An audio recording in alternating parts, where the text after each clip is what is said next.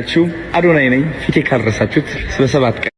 መልሻለሁ እንደምን አላችሁ አዶናይ ነኝ ፊቴ ካልረሳችሁት በሰባት ቀን ውስጥ አትረሱትም መቼስ ይሄ ደግሞ አዲስ አካውንቴ ነው ያው ቲክቶክ አካውንቴ አሁን መጠቀም አልችልም በሆኑ ጉዳዮች የቲክቶክ አካውንት ፎሎ በሉትና እስኪ 1 ሚሊዮን እናድርሰው የሚገራርሙ ቭሎጎች እለቃለሁ ተአምረኛ የምትወዷቸው እናንተ የለመዳችሁት ማለት ነው ተመልሰናል ቀውጤ እናረጋዋለን ይህ ዩዘር ኔም እንደምትመለከቱት ስክሪን ላይ ያለው ማለት ነው ትክክለኛ አካውንቴ ነው መልሻለሁ ቲክቶከር አዶናይ ኣብ ሓደጋ ንአብይ አሕመድ ዘሻቀለ ናይ ትራምፕ ውሳኔ በቀዳምነት ርሑስ ቅንያት ክሪስማስን ሓድሽ ዓመትን ክኾነልኩም እናተመነና ኣብ ክልተ ዓበይቲ ጉዳያት ዝሓዝናዮ ጽሑፍ ኣሎ ኣብ ሓድሽ ዓመት ውን ሓደስቲ መደባት ዝተፈላለዩ ክህልውና ምዃኖም ከነበስረኩም ንፈቱ ካባኹም ዝድለ ላይክ ሳብስክራይብ ሼር ምግባርን ተሓባበሩ እናበልና ድሕዛ ሓጻር መሰጋገር ምለሰኩም ኢና ሰናይ ምክትታል አሁን ጠቅላይ ሚኒስቴሩ የሚለፉት ነገር ከንቱ ነው የሚሆነው ማለት ነው ገዳዮች ለፍርድ የማይቀርቡ ከሆነ ገዳዮች ትክክለኛውን ፍርድ የማያገኙ ከሆነ ፍቅር ብቻው ምንም አያረግም ለኔ ፍቅር የሚያስፈልገው በፍቅር ለሚሸነፍ ሰው ነው ዶክተር አብይ አህመድ እና የትግል ጓዶቹ ልጆች እየገደሉ ነው በመግደልም ብቻ አላበቁም ገሎም እያቃጠሉ ነው ስለዚህ እንደዚች ሀገር ዜጋም በጣም ውስጤን ነክቶታል ማለት ነው ስለዚህ ስሜት የተደበላለቀ ነው ይሄ ነገር በአስቸኳይ የማይቆም ከሆነ አሁን ጠቅላይ ሚኒስቴሩ የሚለፉት ነገር ከንቱ ነው የሚሆነው ማለት ነው ገዳዮች ለፍርድ የማይቀርቡ ከሆነ ገዳዮች ትክክለኛውን ፍርድ የማያገኙ ከሆነ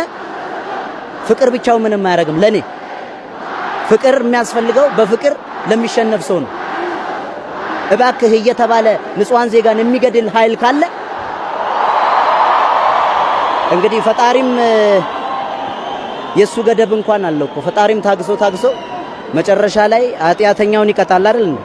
ንዝሕሪት ተመሊስና ቁርብ ክነዛኸርኩም ክንፍትን ኢና ኣብቲ ቀዳማይ ዓመት ስልጣን አብይ አሕመድ ክንደይ ኤሊታት ኦሮሞን አምሓራን ጸኒሑ ድማ ኤሊታት ተጋሩ ከም ዝተቀንጸሉ ከም ዝተኣስሩን ከም ዝተባረሩን ከም ዝተሰወሩን ተዓዚብና ነርና ንምዝኻር ዝኣክል ጀነራል ሰዓረ መኮንን ጀነራል ገዛኢ አበራ ጀነራል አሳምነው ጽጌን አማሕደርቲ ክልል አምሓራን ናይ ጸጥታ ኃይልታትን ኢንጂነር ስመኘው በቀለ ድምጻዊ ሓጫሉ ሁንዴሳ ከምኡን ፖለቲከኛ ቤቲ አድራውሳ አሎትን ዝርከቦም ብዙሓት ኤሊታት ተቐንጺሎም ተኣሲሮም ተሰዊሮም ገሊኦም ከዓ ካብ ስልጣን ተባሪሮም ገሊኦም ድማ ከም በዓል ኮሎኔል ቢናም ተወልደ ተኣሲሮም ከም ዝነበሩ ሪና ነርና መዓስ ዝጥራይ በዓል ለማ መገርሳ በቀለ ገርባ ጀዋር መሐመድ ድማ ካብ ናይ ስልጣን ጽሏን ምርሓቆም ምቅታሎም ዝተኻይደ ሽርሕታት ከምኡን ካልእ ዝተፈላለዩ ፈተነታት ምስ ፈሸሎም ንዓመታት ተቐይዶም ከም ዝነበሩ ዝዝከር እዩ ከም በዓልታይ ደንዳኣ ወንስክላ ካብ መቕዘፍቲ ምቕንጻል ድሒኖም ኣብ እስሪ ቤት ድማ ተዳጉኖም ይርከቡ ናይ ልደቱ ኣያለውን ካብኦም ዝፍለ ኣይኮነን እቲ ናይ ሓድን ጻዕቅታት ከይፈተወ በቲ ናይ ሓድን ጻዕቅታት ከይፈተወ ስደት ከም ገደለ ተዓዚምና ነርና ማንም ውልቀ መላኺ ናርሲስታዊ ወይ ከዓ ፓራኖይ ባህሪ ከም ዘለዎ ብብዝሒ ይረአዩ ይስተበህልዩ መራሒ እታ ቀንዲ ተርዕዶን ስልጣኑ ተስጎን ድማ ዝኾነ ስልጣኑ ዝዋደር ብቑዕ ኤሊት ይኹን ንዝንኡ ዝጫረት ብህዝቢ ልዑል ተቐባልነት ዘለዎ ፖለቲከኛ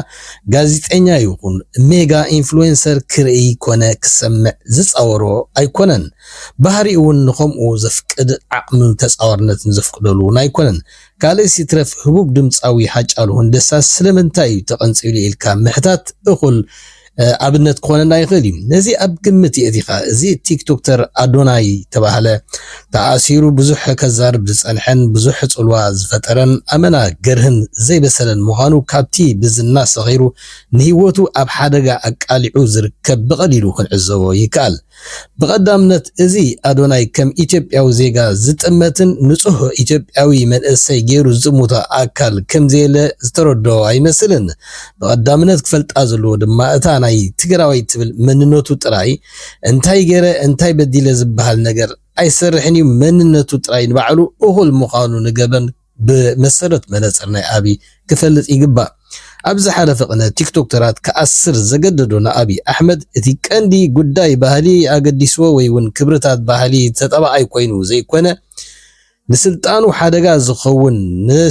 ነቲ ስሙን ነቲ ድምፁን ዝቋፃፀር ካልእ ንሱ ዘይፈልጦ ሓይሊ ኣብ ማእከል ናይቲ ፖለቲካዊ ማእከል ናይቲ ስሕበት ናይቲ ሃገር ዝኾነ ኣዲስ ኣበባ ክህሉ ዝለደይ ፃወሮ ምዃኑ ክንፈልጥ ይግባእ ህዝቢ ከየላዓዕል ክውድብ ዝጀመረ ሜጋ ኢንፍሉዌንሰር ኣዶናይ ድማ ንስልጣኑ ዓበ ሓደጋ ኮይኑ ስለ ዝተራእዮ ተኣሲሩ ምስ መዘናታት ተኣሲሩ ከም ዝፀንሐ ተዓዚብና ኢና ከምታ ንህቡብ ድምፃዊ ሃጫሉ ሁንዴሳ ዝሰውሮ ድማ ነዚ ኣዶናይ እውን ክስውሮ ከም ዝኽእል ብቐሊሉ ካብቲ ዝሓለፉ ፓተርንታት ክርድኦ ይከኣል ኣዶናይ ካብ እስር ቤት ዝወፃሉ ምክንያት ፈፂሙ ዝተረድኡን ኣይመስልን መንግስቲ ካናዳ ይኹን ካልእ ወላ ሓንቲ ዓቕሚ ይኹን ፅልዋ የብሎምን ኣብይ ኣሕመድ ድላዩ ሽርሕታት ተጠቒሙ ነዚ ሰብ እዚ ከምቲ ናይ ዝሓለፉ ሰባት ኣነ ዝፈልጦ የብለይን ኢሉ ወይ እውን ምስ ገሸ ንዕኡ ዝስወረሉ ባይታ ፈጢሩ ክኸይድ ከም ዝኽእል ክርዳእ ይግባእ ሕጂ ድማ ኣዶናይ ኣካውንተይ ተዓፂኒ ክተቱ እናበለ ነታ ኣብይ ክዓፅዎን ከስውሮን ዝደለየ ኣካውንት እንደገና ከበራበራ የጓሳጉስ እዩ ንዕዘቦ ዘለና እቲ ንዓፀቦ ትግራይ ዘጓሳጉሶ ዘሎ ድማ ናይ ሚልዮናት ደገፍትን ኣብይ ኣሕመድ ድማ ከቢድ ቆጥዐን ፍርሕን ስግኣትን ይሕዲሩሉ ብምህላው ኣዶናይ ኣብ ሓደጋ ከም ዘሎ ህይወቱ ክርዳእ ይግባእ እዚ ብዙሓት ኤሊታት ውን ናይ ሚድያ ኤሊታት ከይተርፈ ዝዛረቡ ዘለዉ እዩ እዚ ጉዳይ እዚ እቲ ናይ ዓፀቦ ብክልተ መገዲ ዝረአ ሓደ ብሓደ ስምና ኣባላሽና ዘየለ ኣጋኒኖም ገሊፆሞ ዝብል ናሬሽን ኣሎ ብወገን ብልፅግና ማለት እዩ እቲ ካልኣይ ድማ እዚ ከምዚ ዝኣመሰለ ልዕሊ 16 ሚልዮን ብስም ናይ ሕፃፀ ዘሎ ዓፀቦ ዝተወድአ ተባሂሉ ነቲ ባጀት ጎዲልና ኢላ ተማሮ ዘላ ናይ ትግራይ ብጉልባብ ፖለቲካ ካልእ ሽርሒ ይካየድ ኣሎ ኢሉ እውን ክጥቅን ይኽእል እዩ ማለት እዩ ሕጂ እውን ኣዶናይ ካብቲ ዓዲ ብህፁፅ እንተዘይወፅኡ ክገጥሞ ዝኽእል ናይ ህይወት ሓደጋ ነቶም ቅድሚ ሕጂ ዝተሰወሩ ወይ እውን ቅድሚ ሕጂ ዝተረኣዩ ፓተርንታት ወይ ኩትሞታት ብምርኣይ ጥራይ ብቐሊሉ ክግመት ዝከኣል እዩ ካብኡ ንላዕሊ ከቢድ ፅልዋ ዝነበሮም ሰባት ብስነ ልቦና ኦሮሞ ዓይኒ ብሌን ኢሉ ዝጥምቶም ከይተረፈ ዝተሰወሩን እዚ ሰይጣን ድማ ነዚ ጥበትን ገርህን ትግራዋይ ኣዶናይ ንምስዋር ዝኸብዶ ከም ዘይኮነ ክጥንቀቕን ጥራይ ዘይኮነ ወፂኡ ኣብዚ ዓዲ እውን ክስወር እዩ ዝግባእ እንተኾነ ገለገለ ሰባት ዓዱ እንዲያው ኮይኑ ይቃለስ ክብሉ ይኽእሉ ይኾኑ ክሰርሕ እንድሕር ኮይኑ እሱ እቲ ስራሕ ናይ ሚድያ ስለዝኾነ ካብቲ ናይ ድሕነቱ ስጋት ዝኾነ ከባቢ ውፅእ ኢሉ ክሰርሖውን ስለዝኽእል ንህይወቱ ክሓልን ክግደስን ይግባእ እንተዘይ ኮይኑ እቲ ህዝቢ ኣብ ጎነይ ዘሎ ዝብል ዝና ከስክሮን በዚ ዕሽለነት ተደናጊሩ ድማ ኣብኡ ካልእ ዕዮታት ክገብርን ገና ፅልዋ ክሕድርን ዝፍትን እንተኮይኑ እታ ዕምርቶም ዝሓለፉ ምዃና ክፈልጥ ይግባእ ናብ ካልኣይ ዛዕባና ከስግረኩም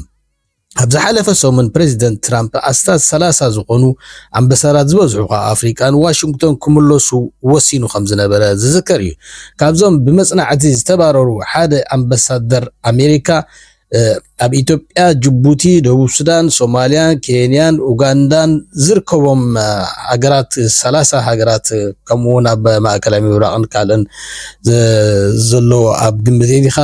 30 ሃገራት ኮይኖም ቀንዲ ግን ኣብ ናይ ቀርኒ ኣፍሪቃ ናብ ገለን ዘሎ ኣዝዩ ኣዘራራቢ ኮይኑ ከም ዘሎ ይዝግለጽ እዚ ከዓ ንጂኦፖለቲክስን ጂኦ ስትራቴጂ ናይ ኣሜሪካ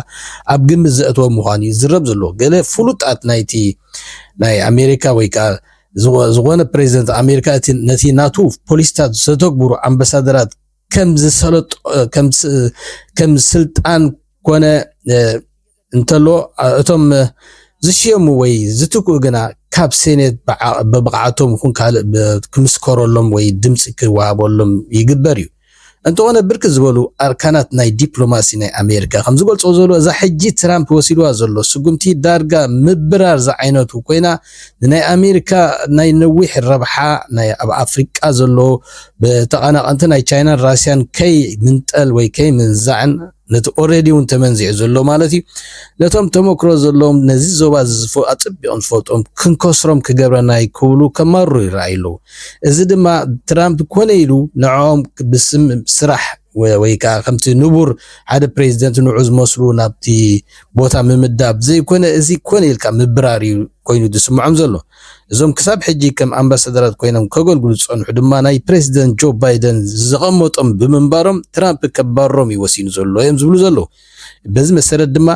ኣብይ ኣብ ስኸፍ ቅልውላው ምናልባት ከማን እቶም ትራምፕ ዝረቑሖም ኣምባሳደራት ነዚ ሕጂ ዘሎ ጂኦፖለቲካዊ ኣሰላልፋ ኣብ ግምት ዘእትወ ገይሮም ማለት ንናይ ሱዑድን ግብፅን ሱዳንን ሶማልያን ኤርትራን ደቡብ ሱዳን ሶማል ጅቡትን ኬንያን ብሓድሽ ጽልዋ ዝሰርሑ ዲፕሎማት ክምድብ ትፅቢት ይግበረሉ እዮም ዝበሃል ዘሎ ኣብይ ኣብ ሓዲግ ጠልጠል ኢሉ ክተርፍ ይኽእል እዩ ኣብ ዝሓለፈ ወርሓት ድማ ምልክታት ናይ ዋሽንግቶን ክመጾ ጸኒሑ እዩ ብዙሕ መጠንቀቕታት ነቲ ዝገብሮ ዘሎ ኣብቲ ዞባ ንምርባሽ ዘካይዶ ዘሎ ናይ ዕግርግርን ናይ ተኽታኺ ናይ ኩናትን ድማ ኣላርም ክገብርዎ ከም ዝጸንሑን ከጠንቅኦ ከም ዝጸንሑን ክስማዕ ጸኒሑ እዩ ስለዚ ከምታ ባዕሎም ዝተኸልዎ ባዕሎም ክነቕልዎ እውን ይኽእሉ እዮም በዚ ድማ እዚ ጥሪ እዛ ጥሪ እንድዕላ ንናይ ኣብይ ዕምሪ እዩ ዝበሃል ዘሎ ደጊምና ርሑስ ቅንያት ክሪስማስን ሓድሽ ዓመትን ይግበረልና ይግበረልኩም እናበልና ወዳሓንኩም ተሰናይ ንኹልና ለአባይ ምን አስተዋጽኦ የሌላት ተቀባይ ሀገር ናት ሳፋ ናት ግብጽ የአባይ ናይል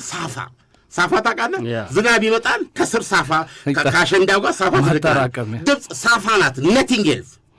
አይደለም እዚህ ሳፋ ሆና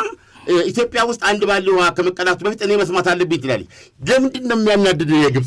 ግብጽ ከራሷ የሚመነጭ ምንም ኃይል የላትም በአረብ ሀገራት መካከል ከየመን ብትሻል ነው በጣም ደሃዋ ሀገር ናት ገብቷል ግብጽ በእነ አሜሪካ ትከሻ በእነ ራሽያ ትከሻ በእነ የአውሮፓ ህብረት ትከሻ በእነዚህ በሀብታሞቹ በሰላጡ ሀገሮች ትከሻ ያለች ሀገር ኢቨን ይሄን ሁሉ መሳሪያ አሁን መጋዘኗ ብትገባ የሌለ መሳሪያ የለም አሁን የማነው የግብፁ ፕሬዚደንት 5000 ግብፃውያንን ሬሳ ከምሮ ስልጣን ያዘው ማለት ነው አልሲሲ አሁን አልሲሲ ይሄን ሁሉ መሳሪያ ይዞ ልብ ኖሮት ወደ አንድ ሀገር አይዘምትም ከጎኑ እንደ ሳውዲ አረቢያ ካልቆሙ ራስን ትለቷ ሊቢያ መዋጋታች